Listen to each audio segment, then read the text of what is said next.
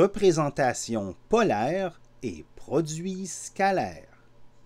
Bonjour, on va s'attarder maintenant à la représentation polaire de nos vecteurs et surtout au produit scalaire, qui est une chose qui va être très utile pour nous dans le futur.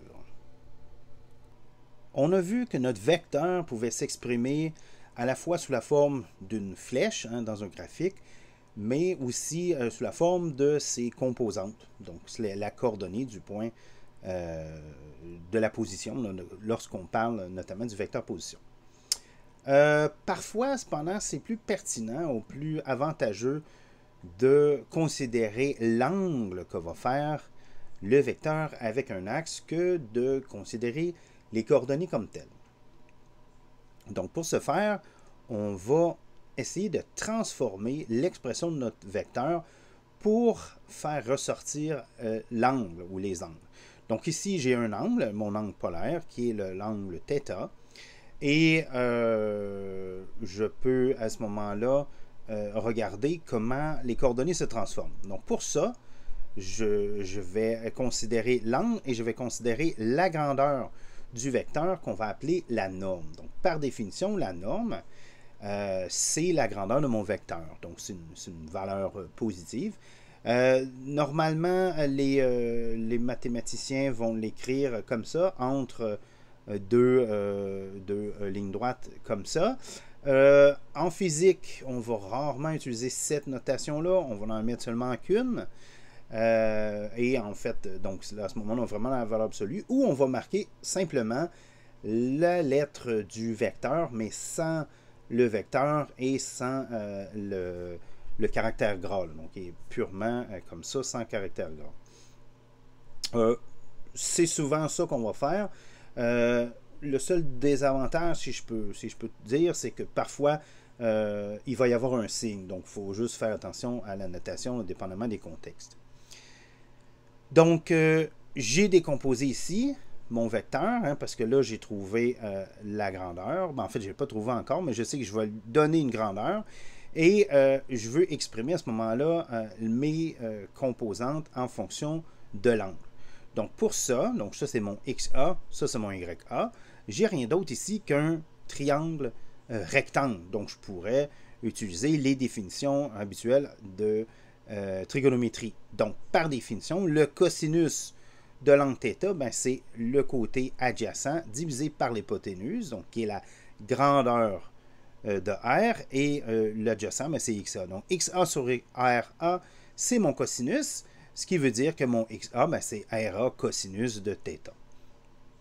Bon, je peux faire la même chose selon l'axe Y, et à ce moment-là, ça me donne le sinus, donc l'opposé sur l'hypoténuse me donne le sinus, donc YA, c'est RA sinus de θ. Je pourrais à ce moment-là exprimer mon vecteur comme les coordonnées RA cos θ et RA sinus θ.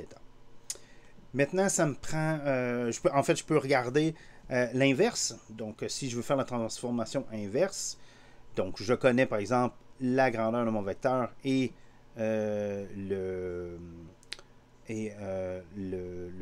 les composantes. En fait, je connais les composantes, je veux trouver la grandeur et l'angle. À ce moment-là, je vais utiliser la définition de la tangente. Donc, je sais que YA sur XA, c'est la tangente de mon angle θ. Donc, le θ, je fais la fonction inverse. Donc, le arc tangente de mon YA sur XA me donne l'angle qui est recherché. Et pour ce qui est de la norme, donc pour la grandeur, à ce moment-là, je vais utiliser le fait que c'est un triangle rectangle. Donc, le théorème de Pythagore s'applique. Ce côté-là, l'hypoténuse au carré, c'est la somme des carrés des deux autres côtés. Donc, RA au carré est égal à XA au carré plus YA au carré. Ou, autrement dit, le côté, l'hypoténuse, la grandeur de mon vecteur, c'est la racine carrée de la somme des carrés des composantes, comme c'est écrit ici.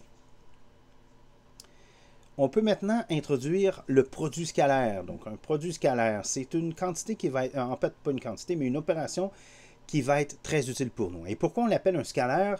On l'appelle produit scalaire parce que le résultat sera une valeur scalaire. Donc, on part de deux vecteurs et on le transforme en une valeur scalaire. Bon, l'exemple typique, c'est pour y arriver, là, pour comprendre comment ça marche, ben, on vient là, de trouver c'est quoi la norme. Et la norme, dans le fond, c'était la racine carrée de la somme des carrés des composantes, un peu comme ça. Mais si j'aligne deux vecteurs comme ça, mes deux vecteurs RA, ben, si j'avais le carré ici, puis là j'additionnais les carrés comme ça, en fait lui fois lui, ce serait le carré, lui aussi fois lui, ce serait le carré, ben, je peux trouver une équation plus générale. Si j'ai un autre vecteur, deux vecteurs, si je prends leur produit scalaire, ben, ce sera le produit en fait la somme des produits des composantes. Okay? Ça marche ici. Hein, si j'ai RA fois RA, ben c'est le RA au carré qui est égal à X, le XA au carré plus le YA au carré. Et dans le cas ici, ben, le produit scalaire, ben, c'est ça. Donc, c'est le XA fois le XB, puis le YA fois le YB, je les additionne, ça donne mon produit scalaire. Donc là, il faut faire attention par contre, parce que c'est ça, c'est vraiment un résultat, c'est un scalaire. Et une fois que c'est fait, ça ne dépend pas de l'angle. Donc le résultat final ne dépend pas de l'angle absolu que les vecteurs font avec les axes. Okay? Donc c'est vraiment, entre les deux, c'est la position relative des vecteurs qui compte. Donc ça me permet ça de tourner mes vecteurs. Donc vous voyez ici, j'ai mon vecteur RA, mon vecteur RB. Je peux tourner l'axe. Okay? L'axe, dans le fond, c'est moi qui le détermine, c'est moi qui le fixe. Si je le fais, ben, les composantes vont changer de forme. Hein. Donc, c'est le même vecteur, mais les composantes vont s'exprimer maintenant avec les axes Y' et X' plutôt qu'avec les axes XY.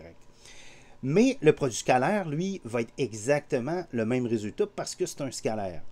Donc, ce qui était comme ça, XA, XB plus YA et YB, ben, si je transforme les axes, je peux l'exprimer maintenant en fonction des valeurs primées. Et c'est intéressant parce que je me suis arrangé pour aligner un des vecteurs le long de mon axe X', de sorte que sa variable Y' est 0.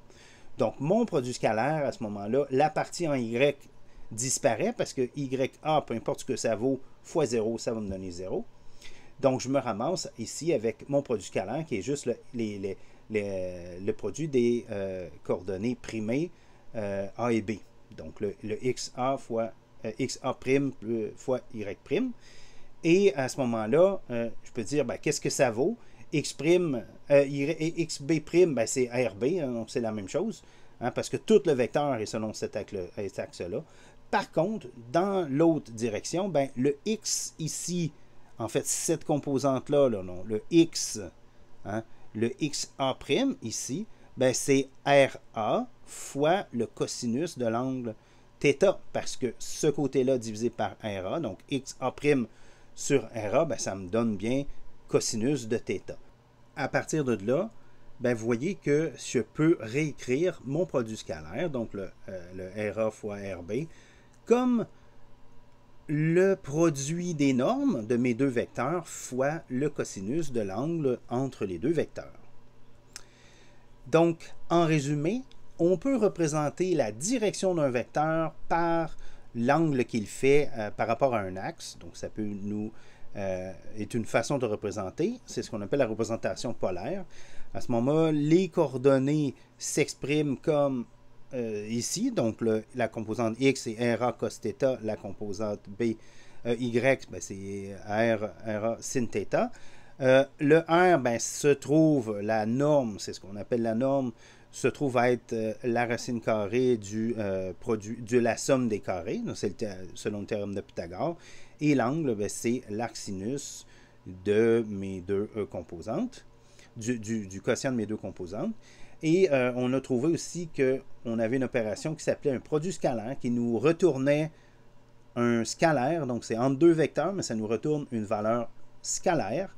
Et ça correspond à la somme du produit des composantes. Et ça peut aussi s'exprimer de cette façon-là, comme étant le produit des normes fois le cosinus de l'angle entre les deux vecteurs.